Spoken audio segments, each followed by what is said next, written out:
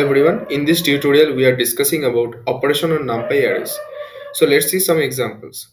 In this first example, here we import the NumPy library with the ls np to access its functions and objects. And we define two integers variables num1 and num2 assigned the values 12 and 13 respectively performing bitwise AND operation and basically we here we use the np.bitwise AND function to perform a bitwise AND operation between num1 and num2.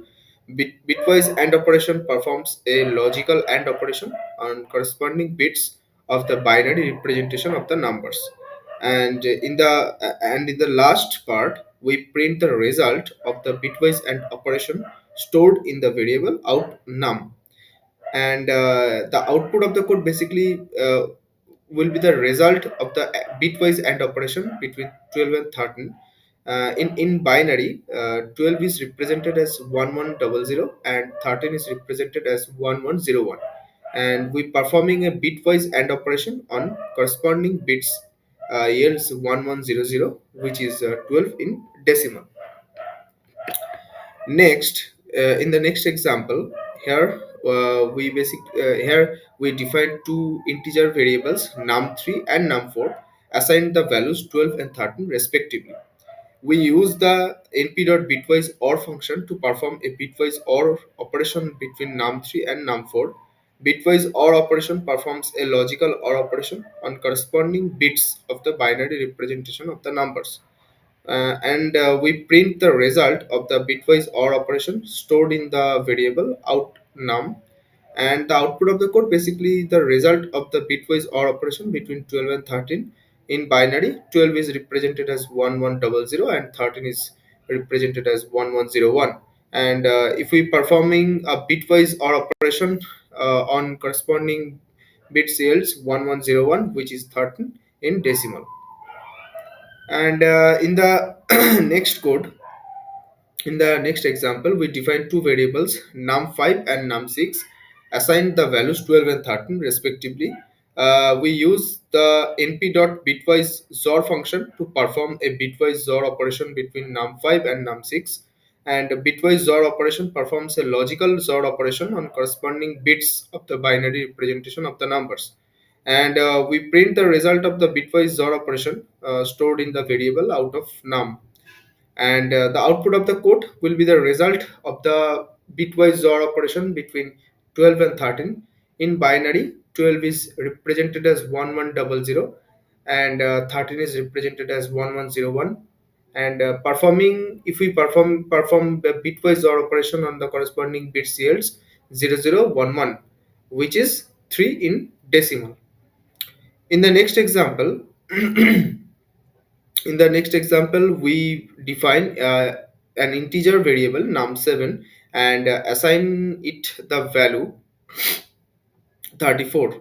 We use the np.invert function to perform bitwise inversion of on num7, and bitwise inversion operation flips all the bits in the binary representation of the number, and we print the result of the bitwise inversion operation stored in the variable out num, and the output of the code will be the result of the bitwise inversion operation on 34, and in binary 34 is represented as 10010, and performing a bitwise inversion operation flips all the bits resulting in minus 35 in decimal.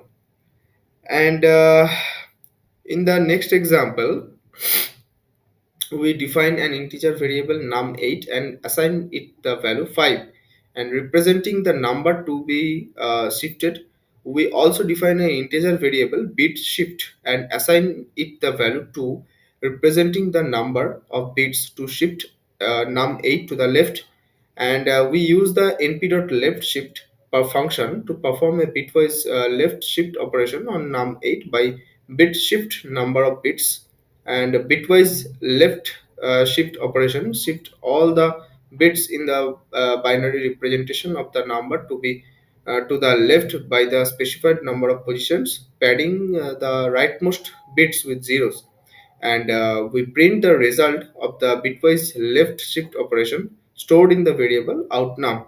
And the output of the code will be the result of the bitwise left shift operation on 5 by 2 positions. In binary, 5 is represented as 101.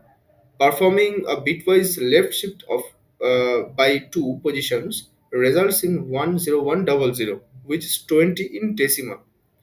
And in the next example, we use we define an input array in array containing integers 24, 48, and 16.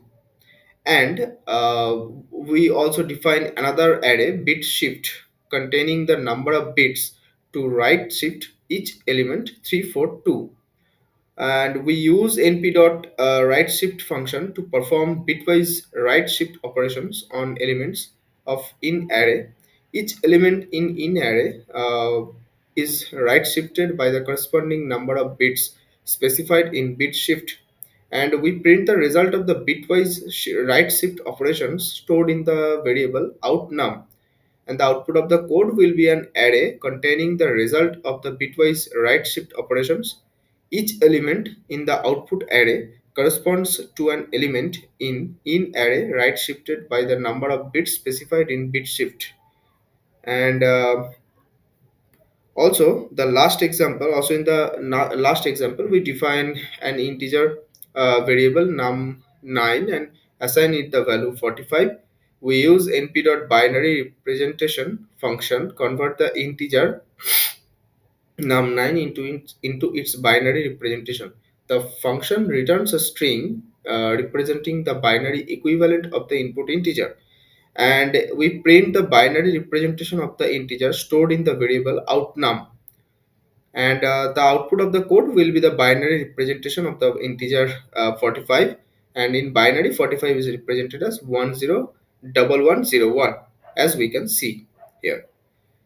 In the next part, we basically see the we will learn the python pandas data frame, the most important library in the entire data science. And let's see some examples. In the first example, we basically we define a we basically define a dictionary called we basically first import the pandas library using the lspd, which provides powerful data manipulation and analysis tools.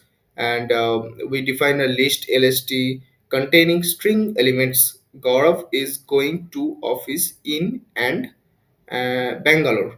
And we use the pd.dataframe function to create a data frame named df from the list, and each element in the list becomes a row in the data frame. And we print the data frame df using the print function, and the output of the code will be a data frame where each string in the list occupies a separate row. And by default, pandas assign incremental numerical indices to the rows and uses default column names. So the first example we will see, first example we saw, and then in the next example, we define a dictionary data with keys name and age, where each key corresponds to a list of values. The name key contains a list of names, and the age key contains a list of ages. And we use the pd.dataframe function to create a data frame named df from the dictionary data. The keys of the dictionary become the column names, and the corresponding lists become the columns in the data frame.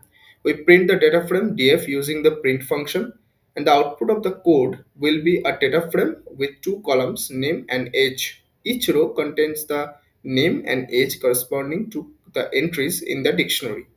So we